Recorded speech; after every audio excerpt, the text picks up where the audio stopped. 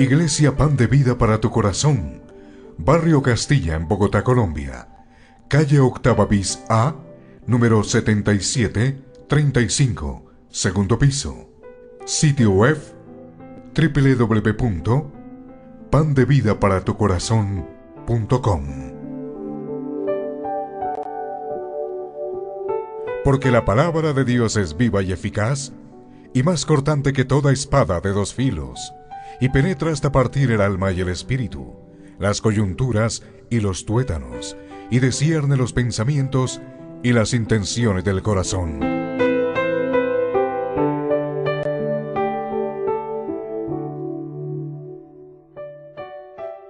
Capítulo 7, versículos 21 al 25, pero vamos a leer toda la porción que es Romanos 7, del 14 al 25. Vamos a leer Romanos, capítulo 7, versículos 14 al 25, toda la porción. Pero nos vamos a enfocar del versículo 21 al 25. Pero leemos toda la porción, ¿sí? ¿Estamos de acuerdo? Ok. El título del mensaje es La lucha con el pecado, una marca del creyente. La lucha con el pecado, una marca del creyente. Así que vamos a leer entonces la palabra de Dios. Recuerden, desde el versículo 14 hasta el 25. Vamos a leerlo. Dice así la palabra de Dios. Porque sabemos que la ley es espiritual, mas yo soy carnal, vendido al pecado. Porque lo que hago no lo entiendo, pues no hago lo que quiero, sino lo que aborrezco, eso hago. Y si lo que no quiero, esto hago, apruebo que la ley es buena. De manera que ya no soy yo quien hace aquello, sino el pecado que mora en mí. Y yo sé que en mí, esto es, en mi carne, no mora el bien, porque el querer el bien está en mí, pero no el hacerlo. Porque no hago el bien que quiero, sino el mal que no quiero, eso hago. Y si hago lo que no quiero, ya no lo hago yo, sino el pecado que mora en mí. Así que, queriendo yo hacer el bien, hallo esta ley, que el mal está en mí. Porque según el hombre interior, me deleito en la ley de Dios. Pero veo otra ley en mis miembros, que se rebela contra la ley de mi mente, y que me lleva cautivo a la ley del pecado que está en mis miembros. Miserable de mí, ¿quién me librará de este cuerpo de muerte? Gracias doy a Dios por Jesucristo, Señor nuestro. Así que yo mismo con la mente sirvo a la ley de Dios, mas con la carne a la ley del pecado. Vamos a orar, vamos a pedirle al Señor por esta palabra que vamos a desarrollar. Bendito Dios y Padre eterno, te damos gracias porque nos concedes, Señor, ahora escuchar y meditar en tu palabra, Señor. Padre Santo, Señor, que podamos entender este mensaje, Señor. Padre de la gloria, Señor, atiende nuestros ruegos y nuestras súplicas, Señor, para poder aplicar tu palabra, hacerlo con sabiduría y entendimiento, Señor. Y Padre Santo, yo te pido, Señor, que en mi debilidad, Señor, sea tu nombre exaltado, Señor. Sea tu nombre, Señor, a quien alabemos, Señor. Todo esto te lo pedimos en el nombre de Cristo Jesús. Amén. ¿Podemos sentarnos, mis hermanos?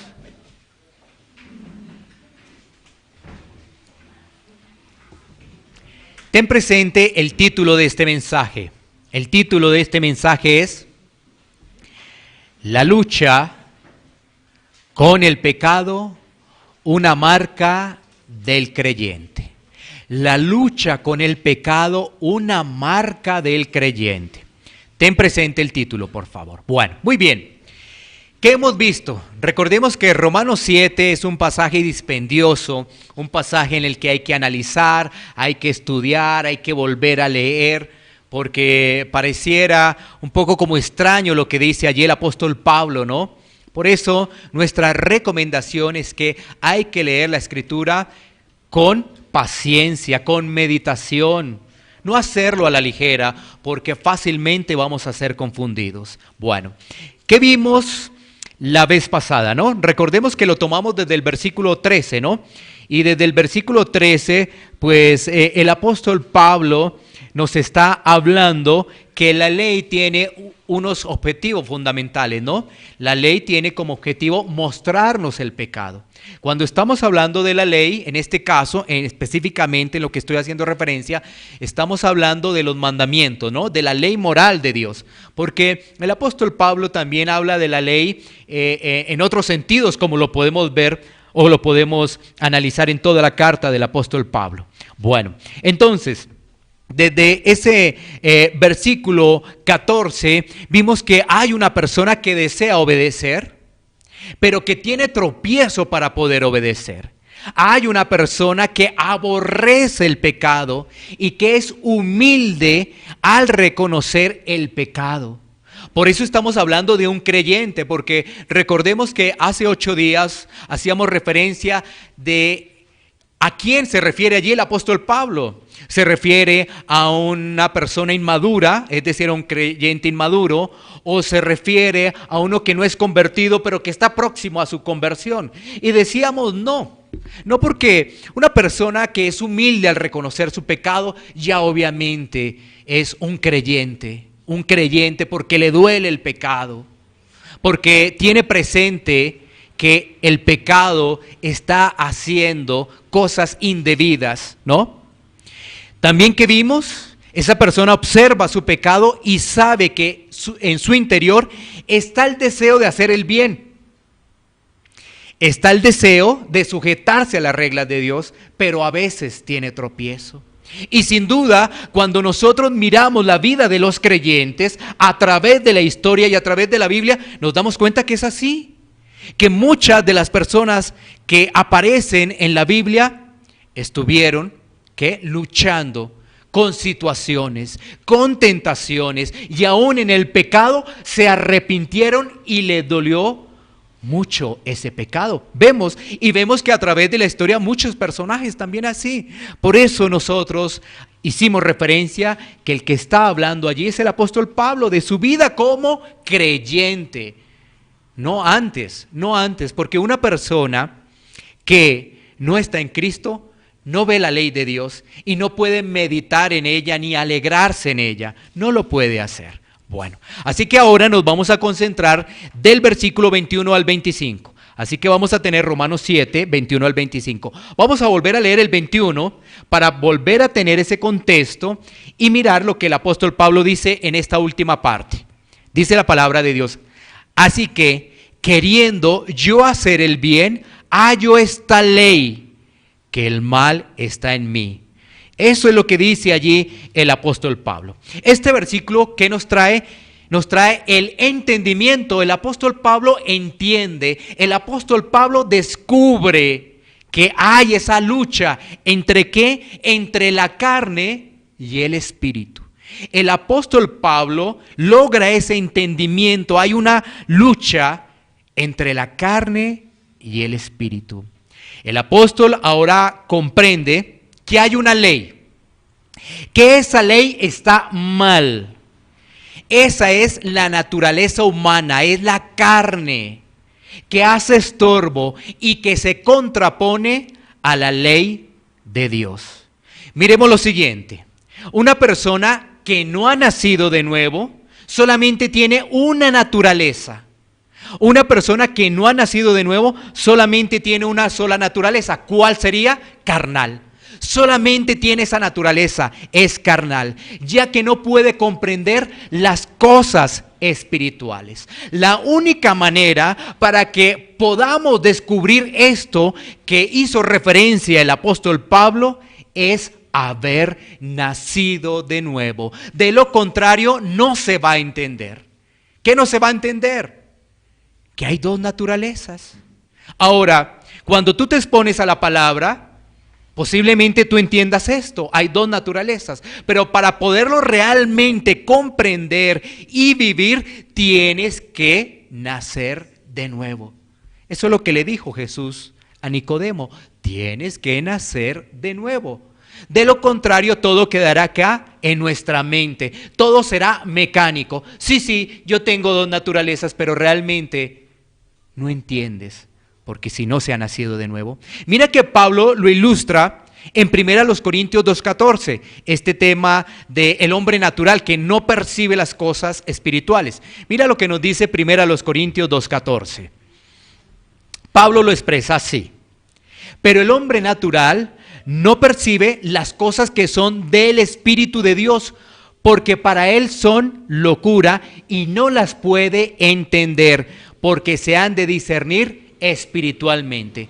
Una persona que solamente tiene una naturaleza, es decir, en la carne, no comprende las cosas de Dios. Las puede tener en la mente, ¿no es cierto? Como cuando uno estudia y presenta sus exámenes para aprobar su bachillerato, su universidad, pero una cosa es en lo escrito y otra cosa es la práctica. Porque pongamos este ejemplo, una persona presenta su examen para concluir su universidad, listo, pero le toca la práctica. Y sin práctica no hay nada.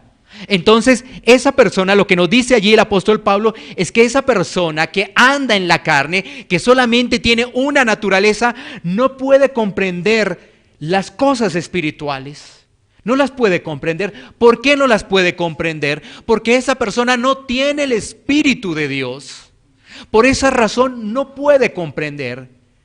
Intenta, puede leer la palabra y puede recitar, yo sé que tengo dos naturalezas, pero no tiene el Espíritu de Dios. Y eso es lo que está diciendo, el hombre natural no entiende ello. Así que nos queda claro de este primer versículo en el cual estamos meditando en esta mañana de Romanos 7:21, que una persona tiene una naturaleza que es dada al pecado, ¿no es cierto? Estoy hablando del creyente ya, pero que también tiene el Espíritu de Dios.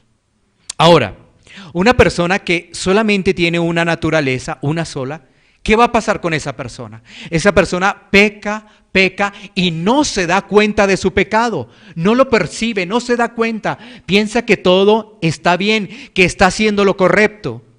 Y a veces cuando es amonestado, ¿qué hace esa persona? Le echa la culpa a las circunstancias o a otras personas. ¿Sí? Porque realmente no admite, piensa que todo está bien. El culpable son las circunstancias o el culpable son las demás personas. ¿Por qué? Porque esa persona no logra discernir y entonces fácilmente se escapa. ¿Y cómo se escapa? Echándole la culpa a las circunstancias o a los demás. Y aquí es cuando vemos cómo el pecado engaña. Recuerda que el apóstol Pablo en Romanos 7 ha hablado que el pecado engaña, ¿sí ves? Entonces esa persona no se da cuenta, está engañada completamente. El mundo engaña, el pecado engaña con el facilismo y la inmediatez. Todas las cosas las queremos fáciles, las queremos de inmediato y resulta que en la palabra de Dios todo tiene un proceso. Porque ¿sabes qué? Dios diseñó un plan tan perfecto que diseñó que nuestra santificación fuera progresiva. Y uno quiere ya, todo ya. Pero Dios está probando para que nosotros desarrollemos ¿qué? La paciencia. Bueno, así que estamos viendo que es muy importante recalcar esto, estamos viendo que hay dos naturalezas, como lo decía anteriormente, de las cuales un hijo de Dios está luchando, ¿no? Entonces es la carne y el espíritu, y esas están batallando. Por decirlo así para que me entiendas, no se quieren entre sí. Miremos lo que dice el versículo 22, Romanos 7:22. Mira lo que dice. Porque según el hombre interior me deleito en la ley de Dios. O sea que si ves, ahí está confirmado las dos naturalezas. Mira que el 21 nos está diciendo Pablo, hallo es descubro esta ley. ¿Y esta ley qué es? Es una ley que está mal, que tiene que ver con el pecado, tiene que ver con la carne. Y el versículo 22 ahora dice, porque según el hombre interior, el espiritual, ¿qué hace el espiritual? Se deleita en la ley de Dios. Vuelvo y reitero, aquí nos da otro argumento para decir que es un creyente. Es un creyente el que está hablando allí. Porque una persona que no es creyente no se puede deleitar en la ley de Dios. No lo puede hacer. Pongamos un ejemplo antes de pasar a un pasaje bíblico de Salmos. Una persona puede leer la Biblia, pero la puede leer para instruirse. La puede leer como obligación, pero una cosa es instruirse, o sea, como para tener conocimiento. Otra por obligación y otra muy distinta, deleitarse en la palabra de Dios. Ahí está la gran diferencia, el deleite de la palabra de Dios. Y mira lo que dice Salmos 119:47, lo que hace una persona que realmente es nacida de nuevo. Salmo 119:47 nos dice lo siguiente: y me regocijaré en tus mandamientos, los cuales he amado. Solamente una persona que ha nacido de nuevo puede decir que se regocija en los mandamientos, en la ley moral de Dios, se regocija, no los observa como una carga, no los analiza como algo pesado, sino que realmente se regocija, es alegría. Y la respuesta es: ¿por qué se regocija? ¿Por qué es alegre frente a los mandamientos? La respuesta es porque ama al Señor. Y ama al Señor porque Dios lo amó primero. Tú no puedes amar a Dios si Dios no te amó primero. Si Dios te amó primero, tú respondes en amor. ¿Sí?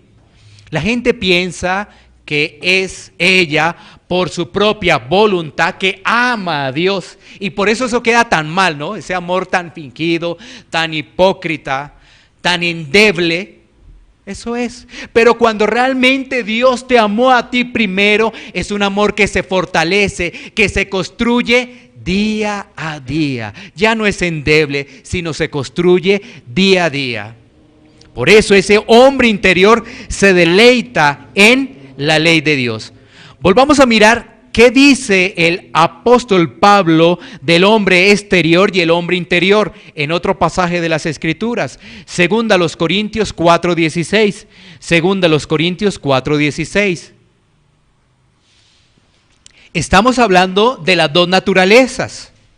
Y mira que el apóstol Pablo vuelve a retomar estas dos naturalezas en este pasaje de las Escrituras. Dice: por tanto, no desmayemos. Antes, aunque esté nuestro hombre exterior, se va desgastando. El interior, no obstante, se renueva de día en día. Si ves, aquí tenemos dos hombres. Un hombre exterior tiene una característica: se va desgastando.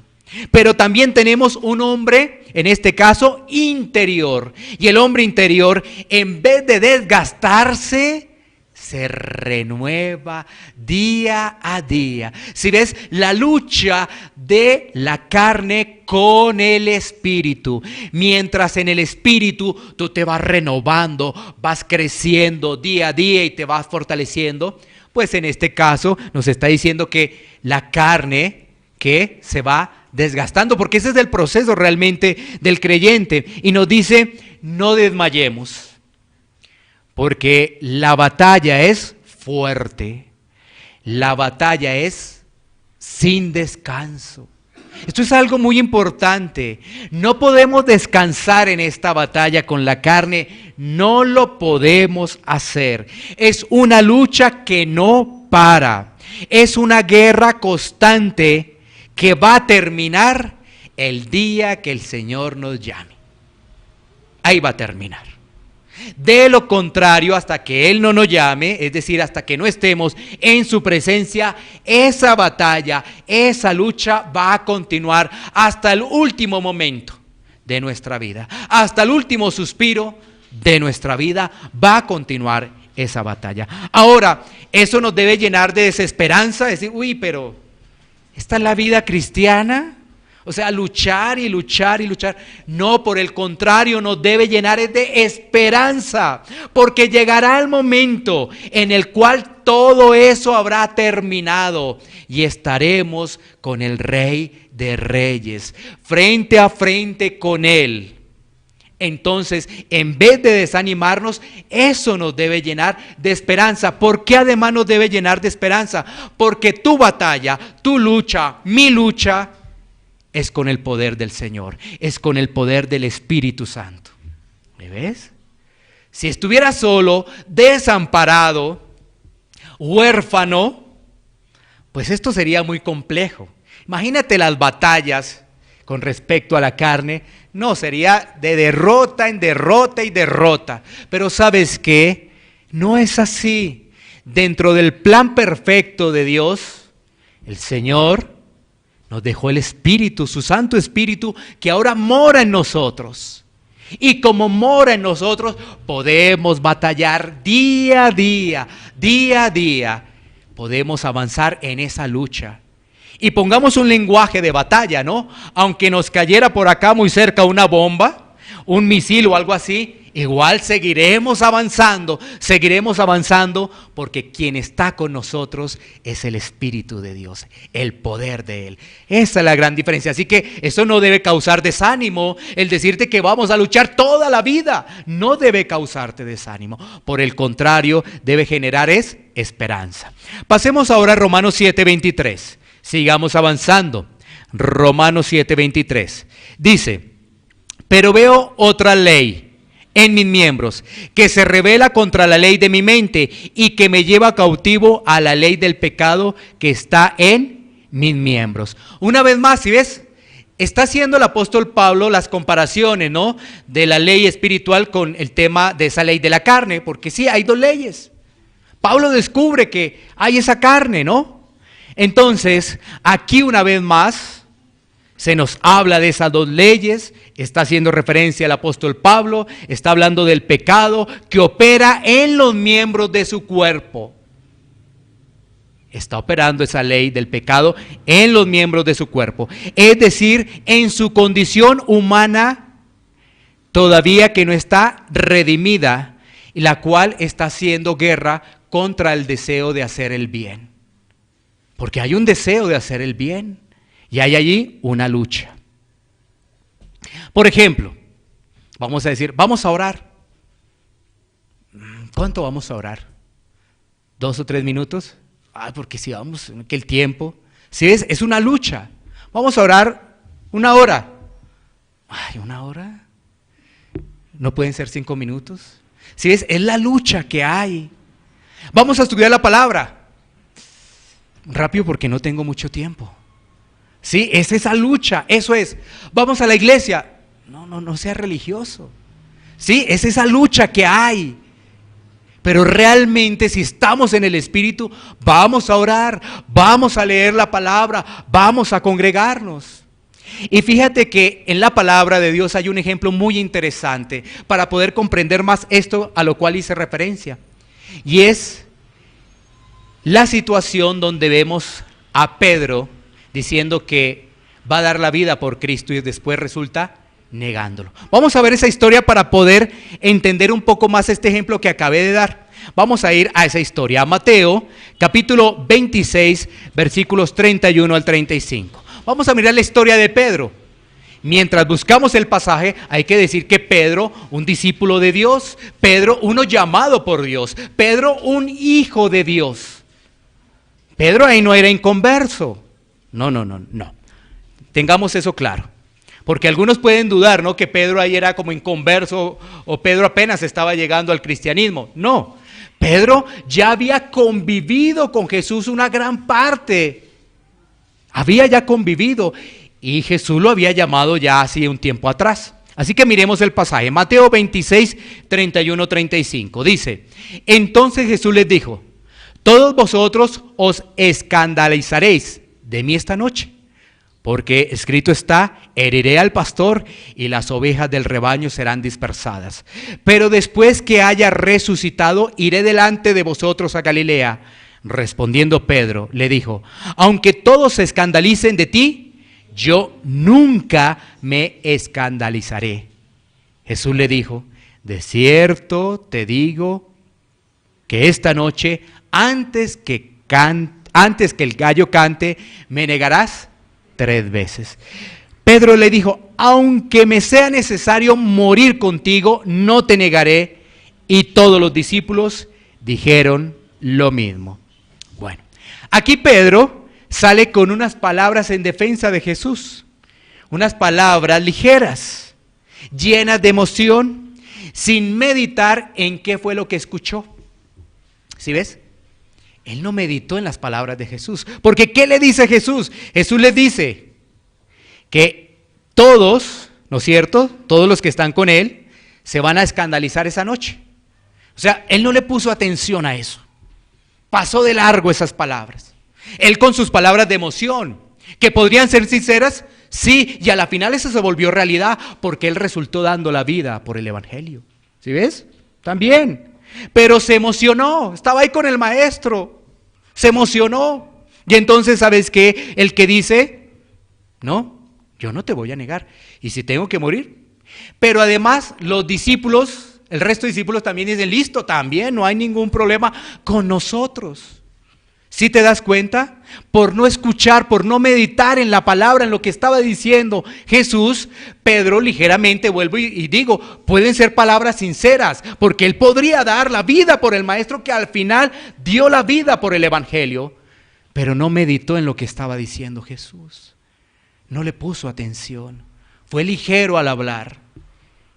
Y eso nos llama a meditar en nosotros, en la ligereza con que hablamos, en lo que sale de nuestra boca, ¿no? Ahora, ¿qué quiere decir todo esto? Es que las emociones le jugaron un mal momento a Pedro, una mala pasada. ¿Y lo llevaron qué? A pecar. Miremos el desarrollo de esta historia, porque esta historia no termina ahí. Mateo 26, 69 al 75. Mateo 26, 69 al 75. Dice la palabra de Dios: Pedro estaba sentado fuera en el patio y se le acercó una criada diciendo: tú también estabas con Jesús el Galileo. Mas él negó delante de todos diciendo: no sé lo que dices. Saliendo él a la puerta, le vio otra y dijo a los que estaban allí: también este estaba con Jesús el Nazareno. Pero él negó otra vez con juramento: no conozco al hombre. Un poco después, acercándose los que por allí estaban, dijeron a Pedro: verdaderamente también tú eres de ellos, porque aún tu manera de hablar te descubre. Entonces él comenzó a maldecir y a jurar: no conozco al hombre, y enseguida cantó el gallo. Entonces Pedro se acordó de las palabras de Jesús que le había dicho: antes que cante el gallo, me negarás 3 veces. Y saliendo fuera, lloró amargamente. Mira este desarrollo, 3 veces. Miremos cada una de esas formas como le negó, para darnos cuenta del pecado y cómo realmente el pecado ahí aparentemente pues ganó ahí esa situación, ¿no? Miremos, versículo 70. Mas él negó delante de todos diciendo: no sé lo que dices. O sea, él mintió. ¿Tú conoces a Jesús? No, yo no lo conozco. ¿Sí ves? Mintió. Miremos la otra, versículo 72. Pero él negó otra vez con juramento. Ahora, ¿qué pasó? No solamente mintió, sino que ahora juró. Digo, no, juro que yo no conozco. ¿Sí ves? O sea, la situación va aumentando. Va aumentando, el pecado va aumentando cuando realmente nosotros no nos damos cuenta. Mira lo que sucede. Pero versículo 74, la tercera vez que lo niega, entonces comenzó a maldecir. Es decir, no solamente mintió, no solamente juró, sino que ahora maldijo. Increíble, maldijo. Es impresionante, ¿no? Como quiebra la ley moral de Dios. No mentir, no jurar su santo nombre en vano. Tantas cosas que ocurren allí, ¿no? Y entonces él recordó las palabras de Jesús porque el gallo cantó. Pero mira la reacción de un hijo de Dios. Y este es el punto, el clima de lo que queremos llegar en esta mañana. Muchas veces tú no te has dado cuenta de tu pecado. Y las cosas pasan como si nada, como Pedro ahí, no lo conozco, no sé quién es él. Y si quieres te lo juro, y si quieres te lo firmo. No se han dado cuenta, muchas personas no se dan cuenta del estorbo del pecado. ¿Por qué? Porque no tienen esa reacción, porque siempre buscan las circunstancias para echarle la culpa a los demás. Porque siempre le echa la culpa a esta situación, es que no tengo dinero, por eso actué así. Es que estoy sin trabajo, por eso actué así. Es que es mi esposo, es que es mi esposa. Pero la reacción de Pedro es contundente para saber que es un creyente. Uno dice, no, es un creyente inmaduro, ligero al hablar. Pero ¿sabes qué? La reacción de Pedro es que dice, salió fuera y lloró amargamente. Pedro se dio cuenta del pecado. Pedro se dio cuenta de lo que había pasado con Jesús. Y esto nos lleva a meditar el no utilizar correctamente las disciplinas espirituales. Necesitamos las disciplinas espirituales en nuestra vida para que no nos suceda eso. Porque si no le damos rienda suelta a la carne, un poquito de esto no me hace daño, una salidita por acá, no hay ningún problema. Una salidita con unos cuantos impíos, yo no voy a tener ningún problema. Y si ves cómo el pecado engaña, esa gente en vez de dolerse, de llorar el pecado cuando hizo eso, al otro día no ha pasado nada. No ha pasado nada porque quizás el Espíritu de Dios no está en esa persona. Mira, son cosas tan delicadas, ¿no? Uno dice, no, hoy compartí con estas personas, escuché el lenguaje de estas personas, el vocabulario de mi cantidad de amigos que son impíos. Y uno dice, oiga, pero ¿cómo así que son sus amigos? Estamos en el mundo, pero no somos del mundo. O sea, ¿podemos compartir con ellos? Sí, porque son personas de trabajo. Claro que sí, no nos vamos a esconder de ellos, no. Pero ya participar de sus cosas, ya participar de eso, ¿realmente eso lo hace un hijo de Dios? Participar de todas esas cosas, eso no lo hace un hijo de Dios. Vuelvo y reitero, yo no estoy diciendo que con las personas con las que compartes en el trabajo no les hables, no, por el contrario, eres luz. Pero una cosa es consentir. Imagínate que en ese tipo de reuniones caballeros o damas caballeros estén hablando, por ejemplo, de la mujer y en malos términos. Y tú ahí escuchando eso. Ay, es que como son mis compañeros de trabajo, no podía evitarlo. Ese es el punto. Ahora, si lo escuchaste y si en algún momento te ha pasado, ¿cuál fue tu reacción? ¿Llorar amargamente como lo hace realmente un hijo de Dios? Eso no pasó nada.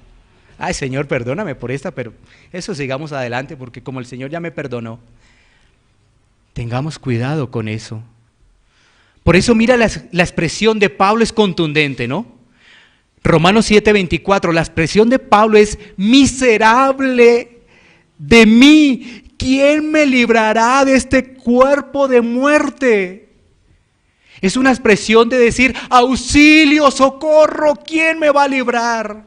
En el campo de batalla, como si ese soldado se estuviera ahogando, como si ese soldado estuviera en un momento tan difícil, clama y dice, ¿quién me puede socorrer? ¿Quién es el que me puede socorrer? Ni el psicólogo, ni el psiquiatra, nadie te puede socorrer, solamente hay uno que te puede socorrer. Pero Pablo se dio cuenta de lo que es esa lucha, y a veces esa lucha quiere ganar, quiere avanzar. Pero las presiones de un creyente, uno dice, miserable de mí, de este cuerpo. ¿Qué es de qué? Dice ahí, es un cuerpo de muerte porque quiere hacer cosas que van en contravía de la ley de Dios. Y esto me da la ilustración de lo que hablábamos de Pedro. Por eso Pedro llora amargamente, amargamente su pecado. negó a su maestro, imagínate, compartir con él. Él les alimentó, él les guió, él les instruyó a los discípulos. Y después de todo eso, que los había alimentado, les instruyó, les enseñó, les guió, mira con qué sale. ¿Con qué sale Pedro? Lo negó, pero sabes que él se dio cuenta del pecado, se dio cuenta. Y obviamente él lloró amargamente, porque una persona que se duele de su pecado, porque una persona que se duele, que lo llora y que confiesa su pecado, alcanzará misericordia. Alcanzará misericordia. Pero ¿por qué no nos dolemos con el pecado? Porque la carne está muy soberbia, muy orgullosa. Y entonces es rápidamente para decirlo, mire, fue culpa de él. Fue culpa de él. Y nos perdemos de una oportunidad de que recibamos misericordia. Y no lo tomes todo mecánico, ¿no? Porque a mí me preocupa que las personas tomen las cosas mecánicas, ¿no? Es decir, cometí este pecado y sí, me duele y ya le pedí perdón a Dios. Sí, todo se vuelve como mecánico, no. Porque realmente cuando hay una relación con Dios, hay dolor por el pecado. Allí una vez más el apóstol Pablo está diciendo, sí, miserable de mí. ¿Quién me librará? ¿Quién es el único que lo puede librar? ¿Quién es el único que puede librar a Pablo, a ti y a mí? Cristo, Cristo, Cristo. Ahora, digamos lo siguiente, porque es muy importante que esto lo podamos entender. En Cristo, nuestro cuerpo algún día también será completamente redimido. ¿Sí? Nuestro cuerpo. Ahora, Dios diseñó ese plan y es un plan perfecto. Porque ¿qué quiere decir? ¿Que nuestro cuerpo está completamente redimido? No, hay un remanente de carne. Tú eres cristiano, tú tienes el Espíritu Santo de Dios, pero te queda un estorbo.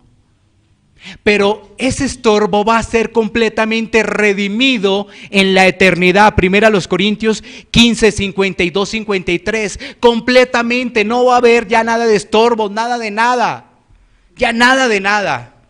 Miremos lo que dice Primera los Corintios 15, 52, 53.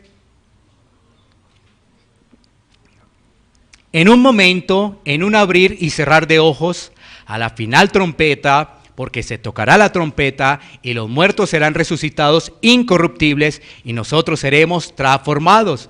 Porque es necesario que esto corruptible se vista de incorrupción y esto mortal se vista de inmortalidad. Vamos a tener un cuerpo ya no contaminado de nada, absolutamente nada de carne. Pero mientras que vivamos en este mundo, vamos a tener ese remanente. ¿Y cuál es nuestro deber, nuestra responsabilidad? Es acudir a las disciplinas espirituales para ganar esta batalla, porque tenemos el Espíritu de Dios. Ahora miremos la respuesta de Pablo en el versículo 25, que es el que nos queda, ¿no? Recuerda, miserable de mí, Pablo hace una pregunta, ¿quién me librará de este cuerpo de muerte? Pablo responde, Pablo nos da la respuesta y dice, gracias doy a Dios, gracias. ¿Por quién? Por Cristo, por Jesucristo. Mira, Pablo tiene esperanza. Después de decir miserable de mí, ¿quién me librará de este cuerpo de muerte? Ahora Pablo responde con la esperanza, gracias. Después de pasar una dura batalla, fuerte batalla, ¿sabes qué dice Pablo? Gracias a Dios por Jesucristo, Señor nuestro. Y Pablo hace una conclusión, termina ahí haciendo una conclusión. Así que yo mismo, con la mente, sirvo a la ley de Dios, mas con la carne a la ley del pecado. Por eso yo decía hace 8 días, no se trata del perfeccionismo, no se trata de eso, pero tampoco se trata de que tú seas conforme, porque eso es un grave error. Hoy en día, ¿qué ha sucedido? Muchas personas ven desde sus sillas a la persona que está desde el púlpito, a una persona que no comete pecado, a una persona que no tiene ninguna mancha, y entonces ¿qué? La idolatran. Pero la Biblia enseña que Todos los creyentes tienen un remanente de pecado del cual deben luchar día a día en batalla, día a día en batalla. Estamos activos, no pasivos. Estamos luchando día a día en batalla. Así que hay esperanza. Nuestra esperanza es Cristo. Cristo es nuestro socorro. Cristo es a quien acudimos. Cristo es nuestro Señor. Cristo es nuestro Salvador. Podemos avanzar y crecer, pero en Cristo. En nuestras propias fuerzas, cualquier intento será fallido. Cualquier intento por cumplir la ley moral de Dios será fallido. Pero tenemos a Cristo. El poder del Espíritu Santo está en nuestra vida. Vamos a mirar unas preguntas finales que nos permiten reflexionar en todo esto que hemos visto para llegar a la conclusión. Estas preguntas finales, porque es muy importante que pudiéramos analizar ello, porque aparentemente hoy en día muchas personas viven de decir que son cristianos, cuando aparentemente tienen la información de la Biblia, la leen pero no la viven. Hay otros que dicen que son cristianos cuando ni siquiera ni la leen, entonces ¿cómo la van a vivir? Menos. ¿Sí ves? Hay dos formas, ¿no? Hay unos que dicen que son cristianos, sí, efectivamente la están leyendo, pero no la viven. Y hay otros que dicen que supuestamente son cristianos cuando ni siquiera la leen y por supuesto menos la van a vivir, ¿no? Algo de ir antes de compartirles estas preguntas. Esta semana estaba con otro hermano pastor y estábamos compartiendo el evangelio a una dama. La dama estaba pasando por un momento muy difícil de su vida. Y la dama lo primero que nos decía era que ella estaba buscando a Dios, que ella intentaba cumplir las normas de Dios y que se sentía que Dios la escuchaba y que Dios estaba con ella y que Dios le estaba guiando. Cuando terminó ella de hablar y se nos dio la oportunidad de compartir con ella, ella al final se dio cuenta y dijo: soy necesitada de Dios. ¿Cómo cambió, no? Cuando realmente se comparte la palabra, porque ella estaba en un momento difícil y dice: no, Dios me escucha, yo sé, no he obrado mal, ahí voy, he tenido algunas tentaciones y las estoy logrando resistir, ahí voy, y yo sé que Dios me está guiando, me está ayudando, pero realmente cuando se le comparte la palabra, ella ¿cómo queda? Estoy necesitada de Dios. Estoy necesitada de Dios. Ahí cambian las cosas, ¿sí ves? Ahí cambian. Cristianos que no mitigan su orgullo, cristianos que no mitigan su soberbia, difícilmente son cristianos. Solamente se quedan con el intelecto. Pueden recitar pasajes de la Biblia, pueden saber muy bien la historia de Pablo, sus viajes misioneros. ¿Qué le dijo a la gente que estaba en Filipo o en Éfeso o en Roma? Lo pueden decir, pero si nosotros no tenemos discernimiento vamos a pensar que esa persona es hermana. ¿Cuántas personas saben la Biblia pero su vida son un desastre? Sí, por no tener discernimiento realmente. Así que miremos estas preguntas. La primera, 3 preguntas tenemos para concluir. La primera: si eres creyente, ¿estás batallando? Si eres creyente, ¿estás batallando? ¿Has sentido realmente esa lucha? ¿O no has experimentado esa lucha? Esto es un punto muy importante, por eso recuerda el título, ¿no? El título del cual hicimos referencia, que luchar con el pecado es una marca del creyente. La lucha con el pecado es una marca del creyente. Por eso hago esta pregunta: ¿estás batallando? Debe llegar a tu mente algo, decir, no, sí, quizás, de pronto, pero algo. Y si dijiste que sí, a tu mente debe llegar, ¿qué es lo que estás batallando? ¿Con qué estás luchando? ¿Estás luchando quizás con la falta de organización, de administración de tu vida? ¿Estás luchando quizás con la pereza? ¿Estás luchando con la lujuria? ¿Con qué estás luchando? Si respondiste algo, Porque si eres verdadero creyente, con algo debes estar luchando. Y quizás no sean unas, sino estás incluyendo 2 o 3 o algunas más. Pero si estás luchando y está llegando a tu mente, vas por buen camino, vamos por buen camino. Si no, solamente tendría algo que decirte para avanzar en la otra pregunta. Tienes que arrepentirte y clamar a Cristo por tu salvación. Tienes que arrepentirte y clamar a Cristo por tu salvación. Porque si crees que todo está bien, hay un gran problema en tu vida, porque Cristo no está en tu vida. Ahora, no es que estés complaciendo esa lucha, ¿no? Ojo, entiéndelo muy bien. Estás luchando, no complaciendo, estás luchando. Estás luchando entonces con tu tiempo, con la falta de administración, con la presa. Estás luchando. Bueno, vamos por el camino que es. Segunda pregunta. ¿Te estás apoyando en las disciplinas espirituales para esta guerra? ¿Te estás apoyando en las disciplinas espirituales para esta guerra? Tú podrás decir, por favor, dígame cuáles son las disciplinas espirituales. Bueno, no, vamos a enumerar algunas rápidamente. Disciplinas, mira este nombre, disciplinas espirituales. O sea que hay que hacerlas con hábitos, hay que hacerlas regularmente.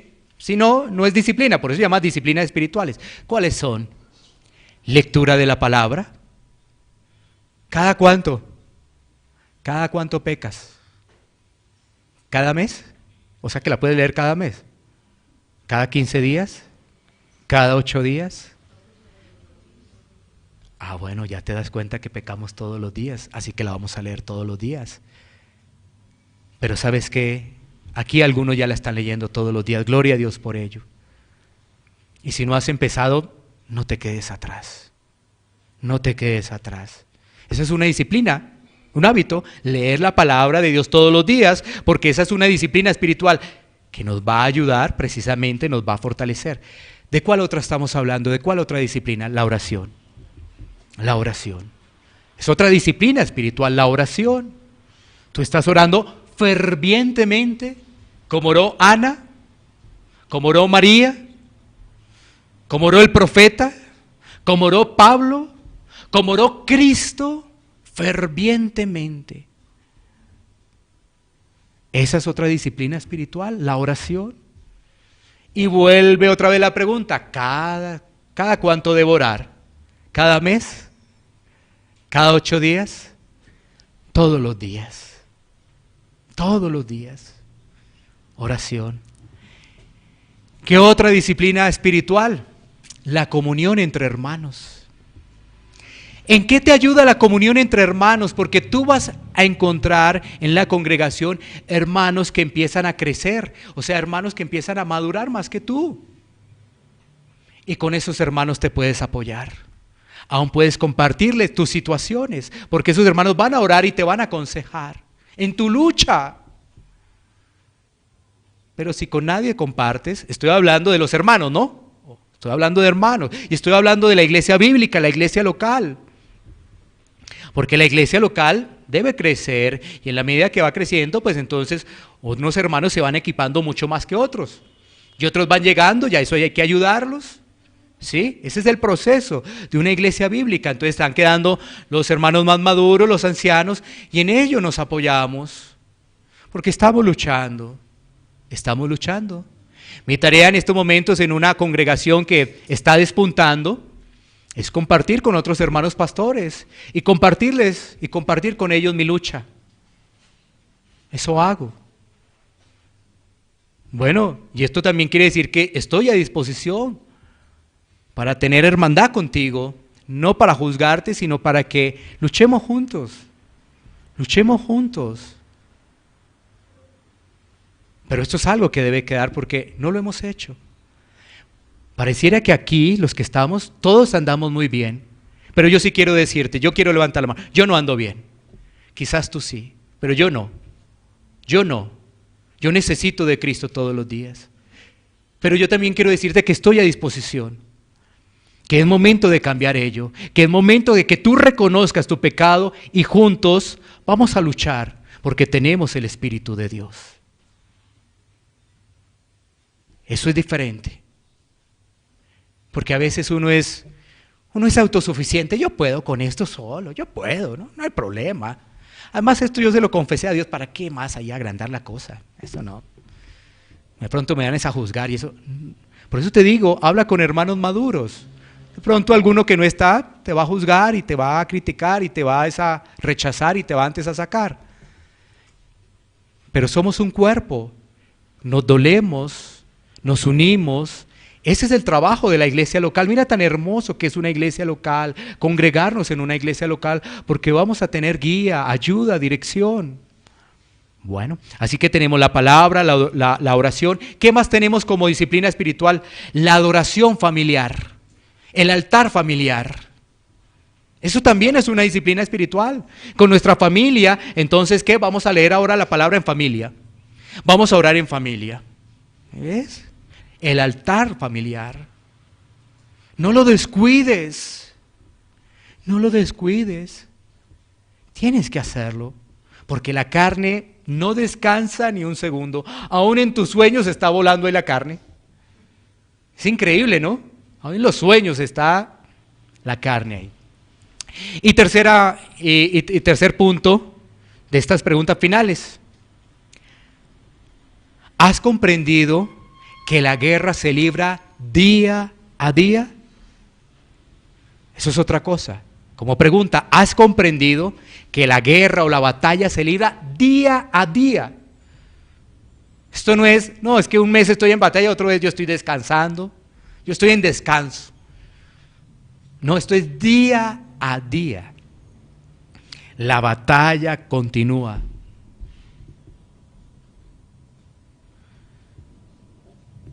Si realmente no has visto tu pecado, si no estás en lucha, clama a Cristo. Hay esperanza. Clama a Cristo. No dejes más que el pecado te engañe, porque el pecado engaña, es muy activo para engañar. ¿Y el problema cuál es de todo esto? Que hoy estamos acá recibiendo la palabra, pensamos que todo está bien en nuestra vida. El problema será el día que partamos de este mundo. Ninguno de nosotros tenemos la seguridad cuándo vamos a partir de este mundo. Y si vivimos engañados pensando que somos cristianos,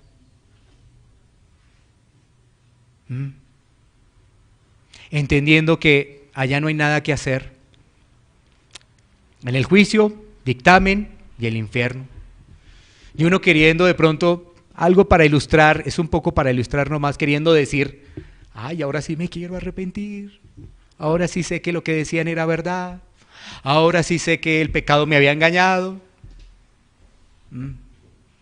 Pero no se puede decir nada, ya hace el dictamen. Condenado, ¿sí? Y es que la carne no le deja ver a uno lo que realmente hay ahí, para decir, hay la lujuria, hay la falta de administración, la falta de confianza, tal cosa, tal otra. Me falta de convicción en las cosas de Dios, ¿sí? Pero uno, como piensa, no, todo está bien. No creas que por estar acá estás bien. Ay, estoy cumpliendo en el día del Señor. No. Nos hace falta y siempre nos hará falta. Pero tenemos esperanza. Vuelvo y reitero, esto no es para desanimarte ni desanimarlos. Esto es para que clamemos a Cristo. Para que juntos lo hagamos, clamemos a Cristo. Él es nuestro Señor, nuestro Salvador, Él es el que nos guía. Y cuando tú te vas a dar cuenta de Romanos capítulo 8, es la vida de andar en el Espíritu. Romanos capítulo 6, unidos a Cristo y en Cristo vamos adelante, pero Romanos capítulo 7, la vida de un cristiano que está luchando. Y Romanos capítulo 8, andando en el Espíritu.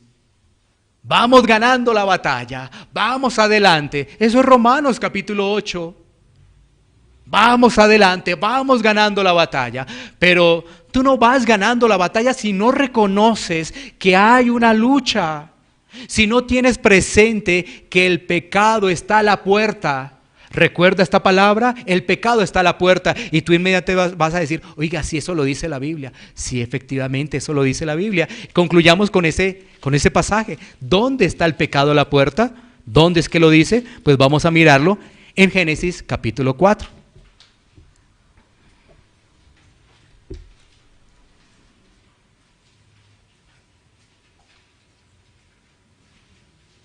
Génesis capítulo 4, versículo 7.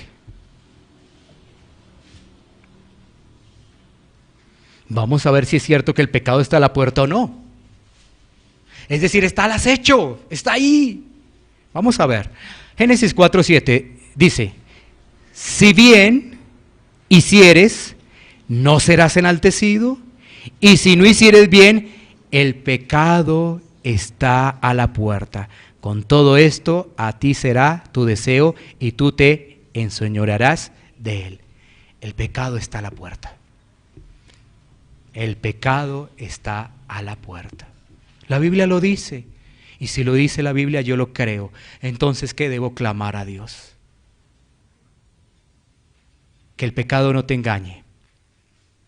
Y más bien, clamemos a Dios. Vamos a tomar un tiempo para poder clamar a Dios, poder orar. Iglesia Pan de Vida para tu Corazón, Barrio Castilla, en Bogotá, Colombia. Calle Octava bis A, número 7735, segundo piso. Sitio web www.pandevidaparatucorazon.com.